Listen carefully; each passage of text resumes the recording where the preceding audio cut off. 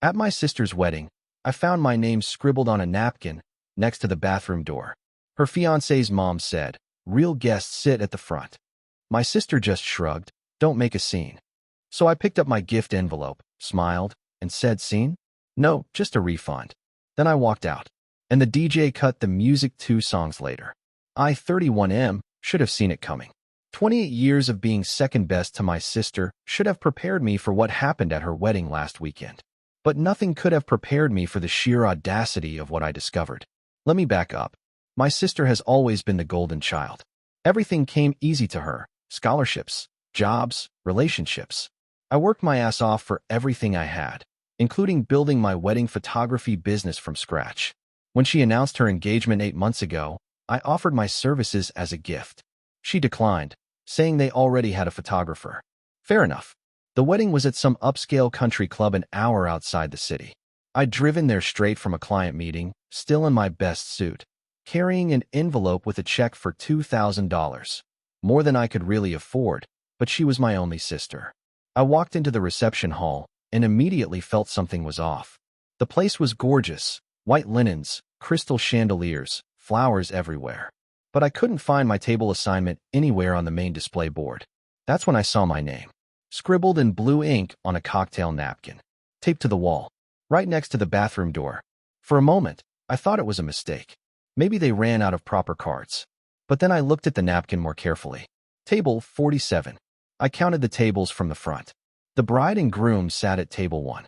The wedding party at tables 2 through 5. Family at tables 6 through 12.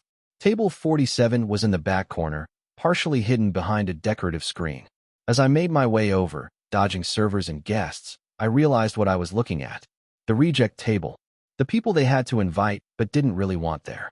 I recognized one guy from high school who used to sell weed behind the gym. A woman I didn't know was arguing loudly with someone on her phone about child support.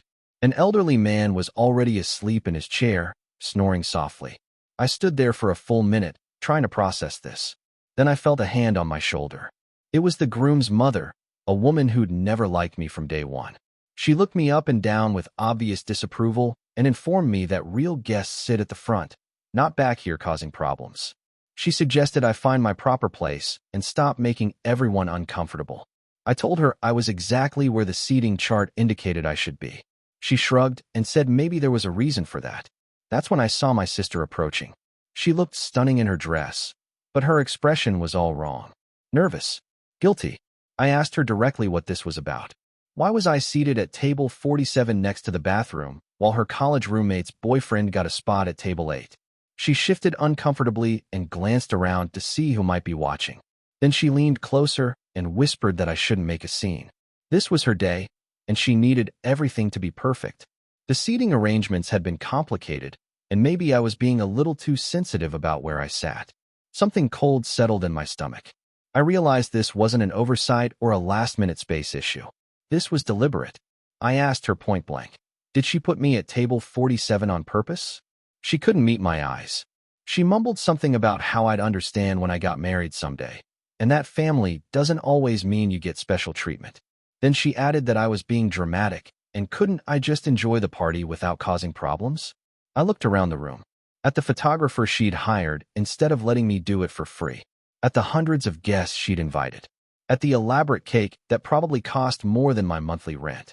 At the gift table overflowing with wrapped presents. Then I looked at my envelope. $2,000. Money I'd saved by skipping meals and taking extra clients. Money I'd planned to use for new camera equipment. I smiled at her. Not a happy smile, but the kind of smile you give someone when you finally understand exactly who they are. I told her she was absolutely right. No scene. No drama. I picked up my gift envelope from where I'd set it on table 47. Her eyes followed it, and I saw the exact moment she realized what I was about to do. I told her that since I clearly wasn't a real guest, I shouldn't be giving a real gift. I wished her well and said I hoped she got exactly what she deserved. The walk to the exit felt like it took forever. I could feel people watching, whispering. My sister called my name once, but I didn't turn around. I made it to my car and sat there for a minute, hands shaking. Part of me wanted to go back in and try to fix things, but a bigger part of me felt lighter than I had in years. I was halfway home when my phone started buzzing. Text after text. My sister, panicking. The wedding planner, asking about the final head count for dinner. My uncle, wanting to know where I'd gone. I turned off my phone and drove home in silence. Update 1. I didn't expect this to blow up the way it did, but I need to share what happened next because it gets so much worse. About 2 hours after I left, my phone was buzzing nonstop. I finally turned it back on to find 47 missed calls and over 100 text messages. The first few were from my sister, increasingly frantic. She was asking where I went, saying people were asking about me, begging me to come back. Then the tone shifted. She was angry, calling me selfish and dramatic, saying I'd ruined her perfect day. But then I got a call from my uncle. He was still at the reception, and he sounded strange. He asked if I knew anything about the wedding vendors, specifically the DJ and catering company. Apparently, about an hour after I left, the DJ suddenly stopped the music mid-song and started packing up his equipment. When my sister confronted him, he told her there had been a payment issue and he couldn't continue until it was resolved. Then the catering staff started clearing everything away. Dinner hadn't even been served yet. My uncle was confused, asking if maybe there had been some kind of mix-up with the payments. Here's the thing. I didn't tell my uncle this, but I knew exactly what had happened. See, when I started my photography business 3 years ago, I networked extensively with other wedding vendors. I knew most of the DJs, caterers, florists, and planners in the area. We referred clients to each other, covered for each other when things went wrong, built a real community. I also knew that my sister and her fiancé had been cutting corners everywhere they could. They'd hired vendors based purely on price, not reputation. And most importantly, they'd negotiated payment schedules that were aggressive. Most reputable vendors require 50% down and the remainder due before or immediately after the event. But my sister had found vendors willing to work with a different arrangement, minimal deposits, with the bulk payment due 30 days after the wedding. What she didn't know is that I knew these specific vendors, and I knew they were struggling financially. The DJ had mentioned to me just 2 weeks earlier that he was behind on his rent. The catering company had been late paying their suppliers. When I got home that night, I made a few phone calls. I didn't lie to anyone. I didn't make false claims. I simply shared some information that I thought they should know. I told the DJ that the bride's family had been talking about how much money they'd saved by negotiating lower rates with vendors. I mentioned that I'd overheard conversations about maybe not paying in full if they weren't completely satisfied with the service. I told the catering manager that I'd heard the groom's family discussing how they planned to find reasons to dispute charges after the fact. Again, I didn't make anything up. I just shared concerns based on conversations I'd actually overheard during the months leading up to the wedding. Both vendors thanked me for the heads up. Both decided they'd rather get partial payment now than risk getting nothing later. The DJ packed up his equipment after playing exactly the number of songs he'd been paid for up front. The catering company served the appetizers they'd already prepared, then cleared out. The wedding reception ended at 6:30 p.m. It was supposed to go until midnight. Update 2. The fallout has been nuclear, and I'm honestly questioning whether I went too far. But let me tell you what happened next, because it gets even more complicated. By Sunday morning, the story had spread through our entire extended family. My sister had called everyone, our parents, aunts, uncles, cousins, telling them how I'd sabotaged her wedding out of jealousy. My mom called me crying, asking how I could do something so cruel. My father left a voicemail that was just him screaming about family loyalty and respect. But then my cousin reached out. She'd been at the reception and wanted to hear my side of the story. When I told her about the seating arrangement and the cocktail napkin, she went quiet. She told me something I hadn't known. Apparently, the morning of the wedding, there had been a big argument between my sister and the wedding planner. Several family members had asked why I wasn't in any of the family photos they were taking before the ceremony. My sister had told them I was running late and would be in later photos. But my cousin had overheard my sister telling the photographer specifically not to include me in any family shots. She'd said I wasn't photogenic and would ruin the pictures. My cousin also told me that when people at the reception started asking where I was after I left, my sister had initially told them I wasn't feeling well and had gone home. But then people started putting together the timeline, and it became obvious that something else had happened. The worst part? My cousin told me that my sister had been complaining for months about having to invite me at all. She'd apparently told multiple people that she only included me because our parents insisted, and she'd been trying to figure out how to minimize my presence at her wedding. The napkin wasn't a space issue or a last-minute problem. It was deliberate humiliation. When I learned this, something inside me shifted. I'd been feeling guilty about the vendor situation, wondering if I'd overreacted. But hearing that she'd planned to humiliate me from the beginning made me realize I'd simply leveled the playing field. Here's what I didn't expect. Other people started coming forward with their own stories about my sister. My high school friend told me that when she'd gotten married 2 years ago, my sister had shown up to her wedding wearing a white dress and spent the entire reception talking loudly about her own upcoming engagement. A former coworker reached out to tell me that my sister had once taken credit for a project he'd completed, getting him passed over for a promotion. Even some of her college friends started sharing stories privately about times she'd thrown them under the bus or stolen their ideas. I realized I wasn't the only person she'd treated this way. I was just the only one who'd finally pushed back. But the real kicker came on Tuesday. The wedding photographer called me. Turns out, he was someone I'd worked with before on a few collaborative shoots. He'd heard about what happened and wanted to give me a heads up. He told me that my sister had specifically requested that he not take any photos that included me. She'd pointed me out when I arrived and told him to avoid getting me in any shots, even background ones. But here's the thing about photographers. We're always taking candid shots throughout the event, and we don't always control who ends up in the background.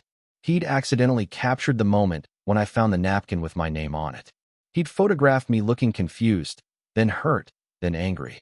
He'd gotten shots of the conversation with my sister, including her dismissive shrug and my reaction. He'd also captured the aftermath of my departure. My sister frantically texting. The groom's mother looking panicked. Guests starting to leave as the vendors packed up. The photographer told me he wasn't going to include those photos in the final wedding album, but he thought I should know they existed. He also mentioned that my sister still owed him $1,500 on his fee, and given what he'd witnessed, he was considering releasing the full photo set to protect himself legally. I told him that wasn't necessary, but I appreciated the heads up. Update 3. It's been 2 weeks since the wedding, and the situation has evolved in ways I never could have predicted. I need to share the latest developments because they've changed everything. First, the financial fallout from the reception has been extensive. The venue charged my sister and her new husband for the full event despite it ending early. The catering company kept their deposit but refused to provide a refund for the unserved dinner, claiming they'd prepared the food and the early end wasn't their fault.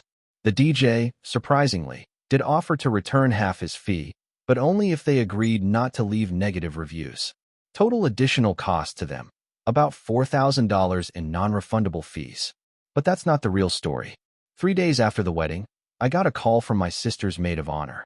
She asked if we could meet for coffee, said she had something important to tell me. It turns out that my sister's friends have been talking among themselves, and several of them witnessed things at the wedding that bothered them.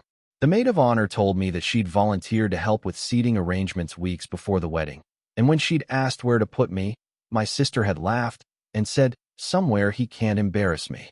She'd also overheard my sister on the phone with the venue, specifically requesting that any family table be positioned so that I'd be out of sight during photos and speeches. But here's what really shocked me. The maid of honor told me that she and several other bridesmaids had been uncomfortable with how my sister had been talking about me for months.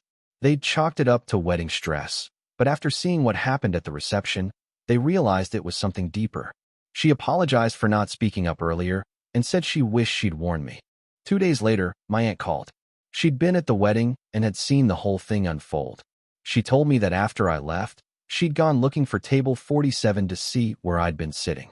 When she found it, she was horrified. My aunt then did something that surprised everyone. She approached my sister during the reception and told her exactly what she thought about the seating arrangement. According to my aunt, my sister broke down crying and admitted that she'd been trying to keep family drama to a minimum, but realized she'd handled it wrong. My aunt didn't buy it. She told my sister that deliberately humiliating family members isn't drama management, it's cruelty. The conversation apparently got heated, with my aunt telling my sister that she'd better figure out how to make this right, or there would be consequences beyond just the ruined reception. Then my aunt told me something that made my blood run cold. She said that our grandfather, who'd been declining rapidly due to dementia, had been asking about me throughout the reception. He'd been confused about why I wasn't sitting with the family, and when he couldn't find me, he'd become agitated and upset. My aunt had to take him home early because he was so distressed about not being able to say hello to me. Our grandfather died 4 days later. I hadn't known he was that close to the end. My sister hadn't told me how bad his condition had gotten. If I'd known, I would have endured any humiliation to spend those last hours with him. The funeral was yesterday. My sister tried to approach me afterward, but I couldn't even look at her. Not just because of the wedding anymore, but because her petty cruelty had cost me my last real conversation with our grandfather. But there's one more thing I need to share, because it's changed how I view this entire situation. Yesterday evening, I got a call from my sister's new husband. He was calling without her knowledge, and he sounded exhausted. He told me that my sister had been having what he called episodes since the wedding. Crying fits, angry outbursts, blaming everyone but herself for how things went wrong. She'd been calling family members trying to get them to take sides, demanding that people choose between supporting her or supporting me. But more importantly, he told me that he'd been completely unaware of how she'd treated me. He'd assumed I was sitting at a regular family table and hadn't thought to check. When he'd asked her after the reception why I'd left, she'd told him I'd gotten sick suddenly. He only learned the truth when his own mother, who'd made the comment about real guests, mentioned it to him later. His mother had assumed he knew about the seating arrangement and approved it. When he confronted my sister about lying to him, she'd broken down and admitted to everything. Not just the seating chart, but months of planning to minimize my presence at their wedding. He told me he felt sick about it. He said that if he'd known, he would have insisted on changing the arrangements immediately. Then he said something that really got to me. He told me that watching my sister's behavior over the past 2 weeks had made him question who he'd actually married. He'd never seen her be deliberately cruel before, and the way she'd been handling the aftermath, blaming everyone but herself, trying to manipulate family members, refusing to take responsibility, was showing him a side of her he didn't recognize. He asked if I thought there was any way to fix this situation, or if the damage was permanent. I told him I honestly didn't know. The person who put my name on a napkin next to the bathroom door wasn't someone I recognized either. And the person who'd let our grandfather spend his last social event confused and looking for me wasn't someone I was sure I could forgive. He understood. Then he asked me one more question that's been haunting me since the call. He asked me if I thought my sister was capable of change, or if this was who she'd always been and he was just seeing it clearly for the first time. I told him I'd been asking myself the same question for 2 weeks, and I still didn't have an answer. The wedding reception ended at 6:30 p.m. that night, but I'm starting to think the real damage is just beginning.